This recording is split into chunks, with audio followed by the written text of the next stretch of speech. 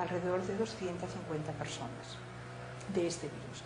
Pero las personas infectadas, que se sepa, murieron un 60%, es decir, que se murieron 250, quiere decir que en todo el mundo se infectaron solamente pues 600, lo que sea el número exacto. Por tanto, la mortalidad de este virus es muy alta, pero su infectividad es mínima. Este estaba mezclado con un virus de la gripe estacional, que como sabemos todos tiene una mortalidad muy ínfima, o sea, inferior al 0,01%, inferior al 1% de mortalidad, pero con una gran contagibilidad, ¿no? Bueno, que se contagia mucho, con una gran infectividad. Si tú mezclas estos dos virus, lo que estás haciendo, y luego lo distribuyes a miles de personas, estás maximizando la probabilidad que estos dos virus se unan, que estos se recombinen y aparezca un virus nuevo que sea a la vez muy letal y muy capaz de infección. Esto es así. Este virus estaba, esto la casa Baxter lo ha aceptado, no ha dicho no, esto no es verdad, esto lo ha dicho Jane Burgermeister o quien sea, pero esto no estaba ahí, esto está aceptado oficialmente por la casa Baxter, que en el material, en el entero, no en una parte en la que llegó a la República Checa, en los 72 kilos de material había virus vivos de la gripe aviar mezclados con la gripe de cada año. Esto es así, esto es el dato. Entonces, ¿podría haber ocurrido esto por casualidad? Lo primero que se debe decir es que es extremadamente poco probable. Y esto lo digo simplemente porque en ciencia decir imposible, pues no lo decimos nunca. ¿Qué quiere decir extremadamente poco probable? Bueno, pues que estos laboratorios que operan con este tipo de virus tienen los bioniveles de seguridad, ¿no? Y el nivel de seguridad 3, que es el máximo, que es el que debe aplicarse en este laboratorio, hace que uno, bueno, pues si hablamos en ciencia de probabilidad, con lo conocido, la probabilidad que esto ocurriera casualmente, pues es ínfima. No solamente por eso, no solamente porque cómo podemos explicar la mezcla de dos virus distintos, sino porque la vacuna de la gripe, como he sabido, es una vacuna de virus atenuados. Esto quiere decir que ya es normal que en la vacuna de la gripe haya virus vivos. Esto no es una excepción, pero atenuados quiere decir que deben pasar por un tratamiento de radiación. Estos virus que hallaron en la República Checa y en todo el material de Baxter no estaban atenuados. Por tanto, la casualidad, por decir así, bueno, pues por eso digo que científicamente no se puede decir, o simplemente por prudencia humana, ¿no?, que es imposible al 100%, pero que quede muy claro, es importante, lo poco probable que es un accidente en estas circunstancias. Pero en todo caso, bueno, pues esto ocurrió y esto está bajo investigación. Esta periodista Burgermeister ha pues denunciado no solamente a la casa Baxter, sino que ha denunciado a la organización de la OMS, ¿no?, y ha denunciado también gobiernos de países importantes, porque, bueno, parece que con los datos que tenemos es más probable pensar que aquí haya una mala intención, y esto es lo que ella denuncia, que no pensar que ha habido unas casualidades casi imposibles de concebir. Pero yo, como insisto, es muy importante separar los datos objetivos de lo que aún no ha sido demostrado. Porque yo creo que lo bueno de este vídeo o de esta información que estamos haciendo es que llegue a cuanta más gente mejor, y que llegue a personas que, sobre planes de que haya una élite en el mundo que quiera que desaparezca parte de la población o incluso mucha población, de que todo esto diga, pero ¿esto de dónde viene? Esto es ciencia ficción, esto no lo he oído nunca. Entonces, yo sé que hay personas que esto lo están estudiando desde hace tiempo, pero yo desearía que mi mensaje llegara a alguien que dice, oiga, mire, yo de todo esto no sé nada, pero yo acabo de oír que aquí hubo un laboratorio que envió una vacuna contaminada y que resulta, esto no lo habíamos dicho, pero es así, que es uno de los laboratorios que está responsable para hacer vacunas de la gripe este año. Bueno, pues esto de momento ya me justifica a mí para decir, yo una vacuna de esta casa, hasta que no se aclare por qué le pasó esto de la contaminación, yo no la deseo para mí, para mis hijos, ni para nadie que yo pueda tener influencia. No sé si me he explicado en este punto, porque yo creo que dejarlo ahí para mí es importante. Y pasaría entonces a la segunda irregularidad, porque hay otra que aún es más escandalosa que esta primera. La segunda irregularidad es la siguiente. Esto ocurrió en febrero, esto que he contado de la casa Baxter.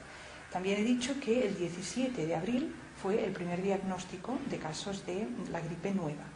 Pues bien, el día 29 de abril, o sea, 12 días después de que se descubrieran estos dos primeros casos, ocurrió que, Margaret Chan, que es la directora general de la OMS, de la Organización Mundial de la Salud, que depende de la ONU, apareció públicamente y lo que dijo fue que había un estado de alarma, de alerta mundial de nivel 5 para la prevención o de una pandemia. ¿Qué quiere decir esto? Esto quiere decir que el nivel 5 es el nivel ya más superior y después del 5 solamente está el 6 y el nivel 6 quiere decir que ya está la pandemia, ¿no? Nivel 5, lo que significa una pandemia, pues ¿cómo pudo?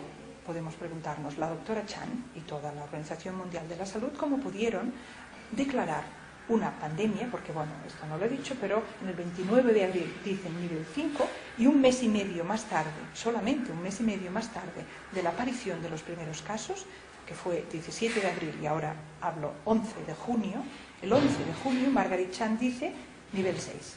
Tenemos una pandemia mundial por el virus de la gripe AH1N1. Ya está declarada esta pandemia mundial desde el 11 de junio. ¿Cómo pudo haber declarado una pandemia mundial la OMS teniendo en cuenta que este virus tiene una infectividad una mortalidad inferior al virus de cada año? Entonces, ¿cómo es que no hay una pandemia cada año?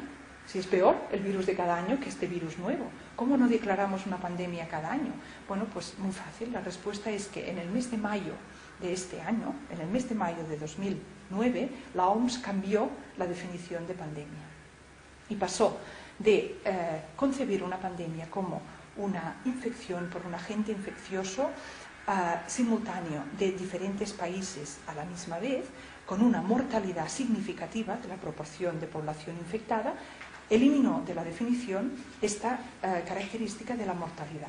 Y por tanto se quedó con que una pandemia sería una infección simultánea de diversos países con un agente infeccioso que tuviera alguna característica de novedad y que por tanto no se pudiera saber seguro a ver qué tipo de inmunidad tendría la población. Con esta definición nueva, que es definición, y esto lo cito del British Medical Journal, por ejemplo, o sea que insisto que todos los datos que estoy dando no son de prensa alternativa, que me merece el máximo respeto, pero creo que es importante porque saber que esto todos son datos de las revistas de más prestigio y absolutamente, mainstream, que dirían en inglés, sin ninguna sospecha de tendenciosidad. Pues bien, esta definición cambiada fue del mayo de este año.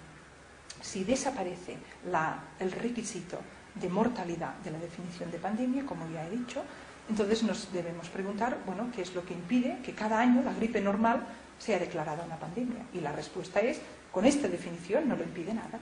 Con esta definición, esto que estamos viendo ahora, esta inversión, que ahora iré a las consecuencias políticas, que es de hecho donde quería llegar, todo esto que está ocurriendo ahora, que parece que se justifica por su carácter de excepcionalidad, con la definición nueva, de excepcional no tendría nada.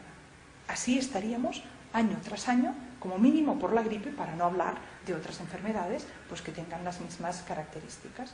Uno dice, a ver un momento, es verdad que este virus es menos menos mortal, ¿no? Que hay menos mortalidad que el de cada año, y esto lo leeréis en cualquier parte, todo el mundo lo dice, ¿no? Incluso la ministra aquí, o aceptan que eso es así. Pues si es así, ¿cómo es que se ha podido declarar una pandemia? Con lo que ahora vamos a hablar de consecuencias políticas, que es lo más grave, ¿no? Pues esto es simplemente lo que estoy poniendo junto, y quizá el dato nuevo que doy es este, que por eso insisto, es British Medical Journal, de haber objetivado un cambio en la definición, pero esto lo puede ver cualquier persona si pide a la OMS que le envíe las definiciones de pandemia del 2008 y del 2009, y se verá que este cambio existe y se puede consultar en la página web, etc. Ahí en el escrito que he dicho que estoy difundiendo, cito también un artículo de un periódico norteamericano donde de hecho dicen que fueron ellos mismos que fueron a la página de la OMS y dijeron, oye, pero aquí pone que pandemia, tiene que haber mucha mortalidad y aquí no ha muerto nadie. Dijeron, espera un momento, y cambiaron, de hecho, la definición en la página web. Por tanto, este artículo está citado y es del CNN, que tampoco es una fuente no sospechosa en este sentido. Por tanto, como decía, la irregularidad de la OMS me parece aún más grave porque es objetiva igual, clara y comprobable igualmente, y ya nos acerca más a las posibles consecuencias reales, no solamente de qué intenciones tenían, quién fuere que hizo eso, que ahí yo veis me he parado porque me gusta distinguir lo que puedo demostrar de lo que no, sino lo que ya está pasando ahora a causa de esta definición. Para acabar esta parte de irregularidades, en los Estados Unidos, puesto que se había declarado ya el 11 de junio una pandemia por el nuevo virus, en los Estados Unidos se declaró ese mismo mes emergencia nacional sanitaria, que también tiene consecuencias políticas.